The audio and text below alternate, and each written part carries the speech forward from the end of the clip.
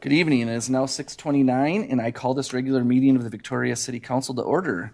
It is our tradition to start with the Pledge of Allegiance. We invite you to stand and join us. Pledge allegiance to the flag of the United States, to the republic for which it stands, one nation, under God, indivisible, with liberty and justice for all.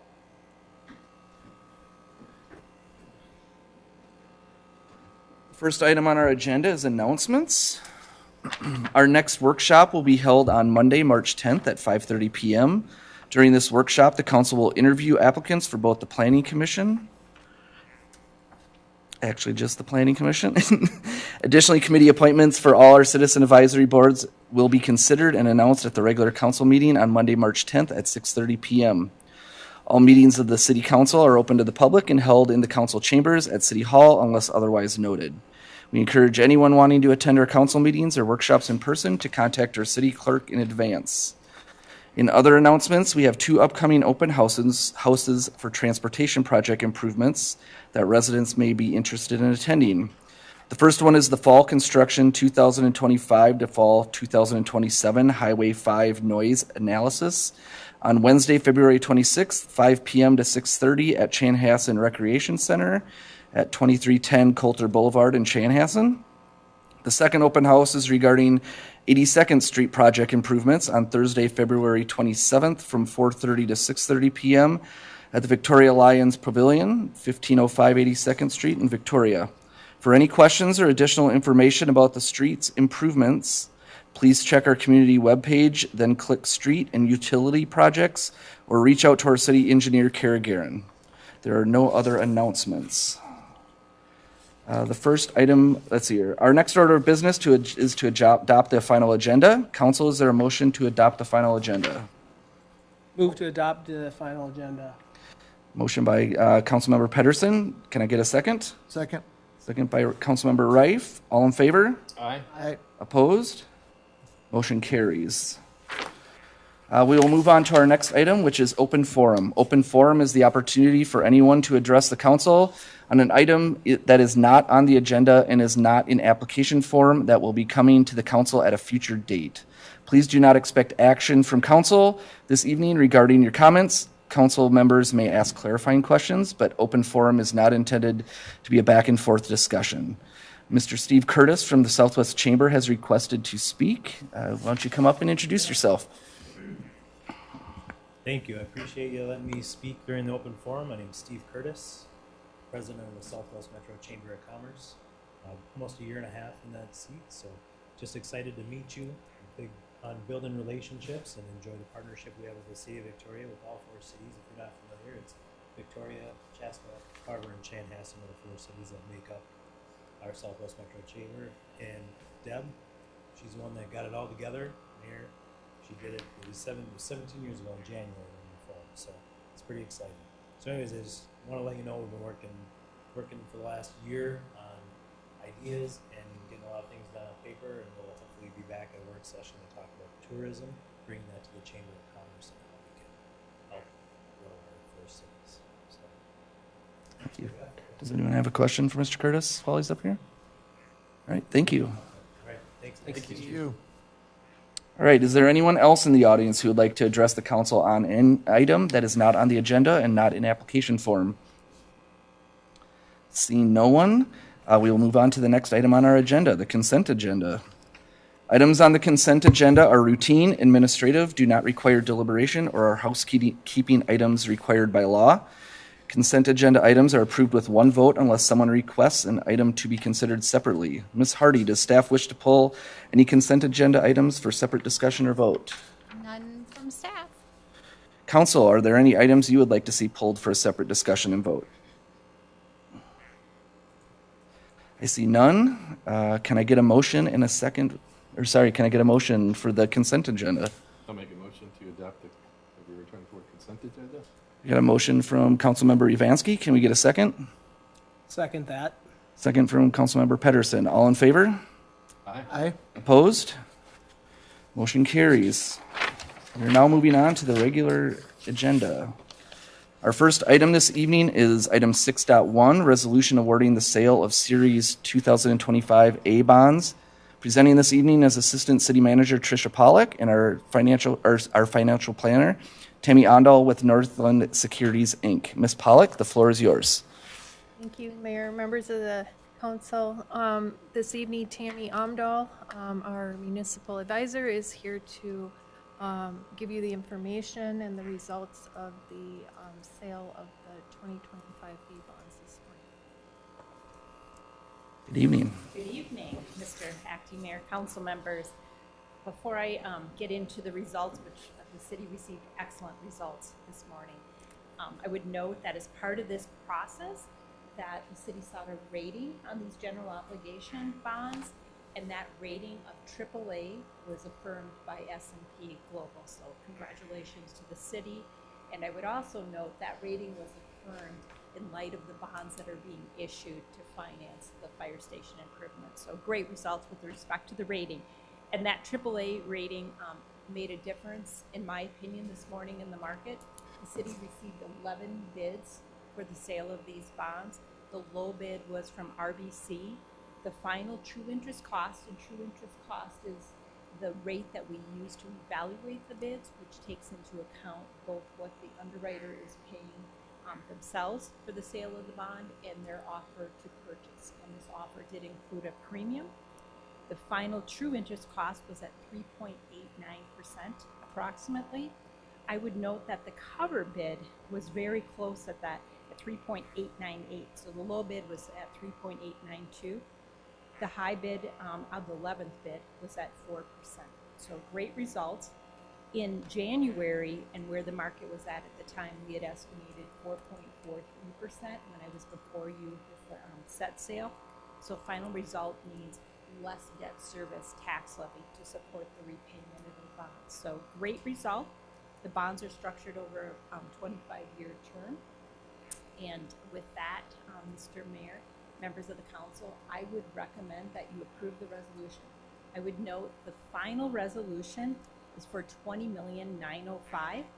That is lower than the resolution that was in the agenda packet and also the agenda item. The reason for that was the offer of premium. That premium was used to reduce the par amount, the principal of the bonds being issued. So in your motion, the final par amount of the bonds is $20,905,000.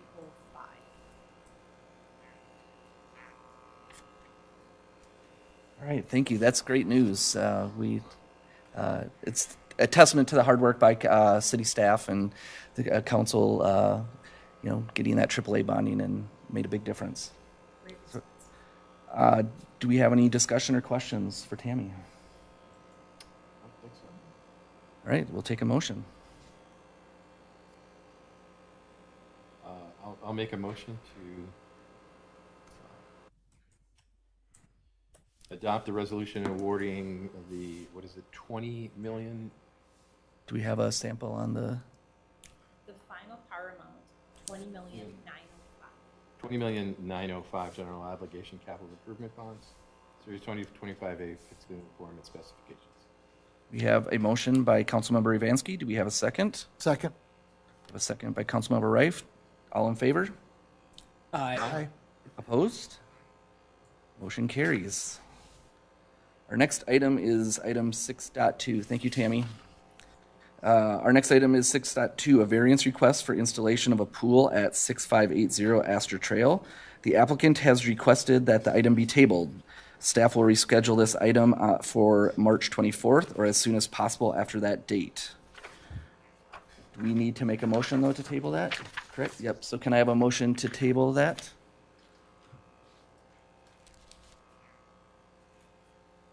I would like to make a motion to table that. Item 6.2. We have a motion by Councilmember Pedersen. Do we have a second? Second.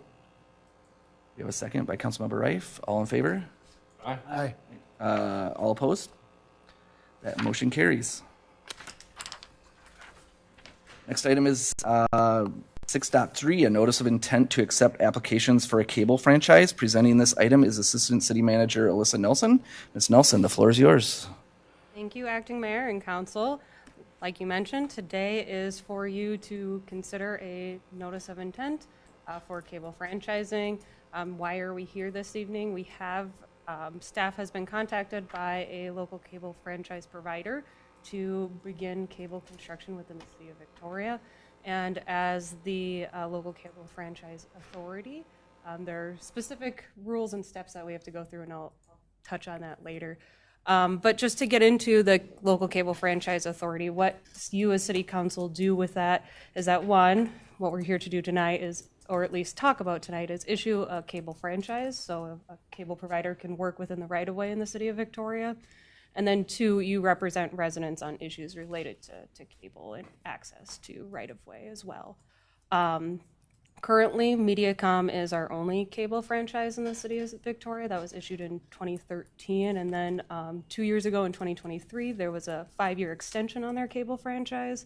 And just as something to note, FCC and the state statute regulate this quite heavily, and through their regulations, you cannot exclusively issue a cable franchise to a specific company related to that. So the company that made the request for cable franchise was Comcast. They are also looking at doing fiber to Victoria's South Growth area. They've already started with the permitting process to that. So Huntersbrook, Victoria South, Marsh Hollow. In addition to fiber, they would like to bring their full service package to Victoria. So that includes their Xfinity services, security, and then, of course, television cable. And that's why we're here this evening, because once you ask for cable franchising, you need to go through this process. So what is that process? Like I mentioned, state statute regulates this pretty heavily. So one, you authorize and publish the notice of intent to accept application for cable franchise. This is what we're here tonight for. Assuming that you accept that, then we move on to publishing that in Victoria's newspaper, Waconia Patriot, twice, and we leave the application period open for 20 days. Once that application period is over, we hold a public hearing at council, to which you listen to the applicants talk about what they're interested in doing, and then you have the authority to direct staff to negotiate a cable franchise from there. Now, thinking if this were to move forward, what the proposed timeline would be, obviously tonight we're looking at that notice of intent. March 6th and March 13th would be those two publications in the Waconia Patriot. March 6th would start the clock on that 20-day time period to accept applications, and we would close the application process on March 27th, and then we'd hold our public hearing on April 28th. In addition to that process, there is an application fee that needs to be set to cover staff costs as well as legal costs regarding reviewing the application. Staff recommends a $10,000 application fee, which is in line with other metropolitan area cities that are going through this process, as well as recommended by our city attorney. Additionally, we did this process in 2021 with consideration of Metronet coming in for cable franchise, and $10,000 is what was set at that time as well. And with that, I will hold for any questions for council. Also hold if Bob has anything additional to say regarding this matter, but I do have the 3 motions on the screen for you for your consideration. Thank you, Ms. Nelson. Council, do we have any questions? I just have one. Do we feel like the $10,000 is right sized within the range of where other competing cities are charging for this? Should we give consideration to having something that maybe acts as a deterrent to other competitors putting in nuisance bids, even though we would reduce it down to our actual costs? Would we be served with a higher fee coming in so that we're only bringing in people who want a franchise and they're serious about it? Acting Mayor, Council, regarding the question on if this would deter companies, I am going to defer to Bob on that one. I don't have specific knowledge on whether this would prefer or deter any companies, and as the expert in cable franchises in the area, I'll go to his advice on that. Attorney Bose. Mayor and Council, good question. I'm quite comfortable with the $10,000 amount. Apart from your question, Council Member, that just as to the $10,000 amount, I will tell you that this is a thing happening out here in the western suburbs. Both a company called Midcontinent and Comcast are interested in now competing with primarily MediaCom, but there's at least one other provider out here. So this is a thing that's happening in communities around here. I will tell you as an example, Minnetrista, a standalone city like Victoria, has just been through this process and charged a $2,500 fee.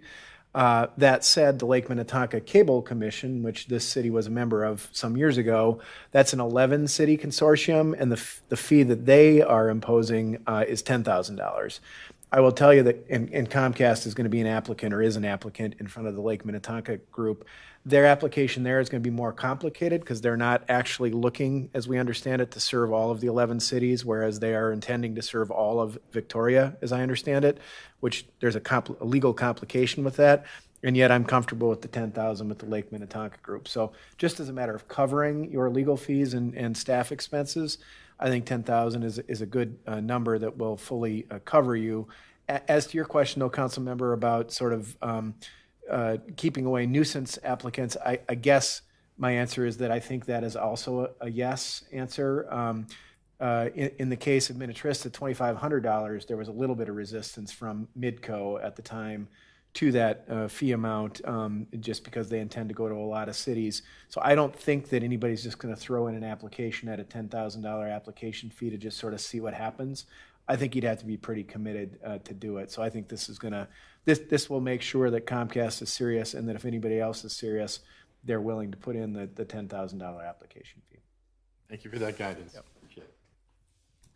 Any other questions, Councilmember Ivansky? None for me. Thank you. Anyone else? I guess I just have, what's the downside of not approving a notice of intent at this stage in the game? I will defer that to Attorney Vos as well. Yeah, Mayor, Council, good question. This is, you don't pay me for policy advice, but now I'm going to say something about policy. It's been my observation as a person who works with a whole bunch of cities around the state on cable franchising that on the whole, cities would like to see more competition, not less, in telecom services generally, cable television services particularly. So in general, I think cities want to encourage additional companies to come in simply because it pushes the price down, it improves services. And the only way forward under state law, I've described it to staff in some terms that I won't use here today. It's an old law, and this sort of overly complicated, in my judgment, process we have to go through is just a reflection of an old statute that hasn't been updated for a long time.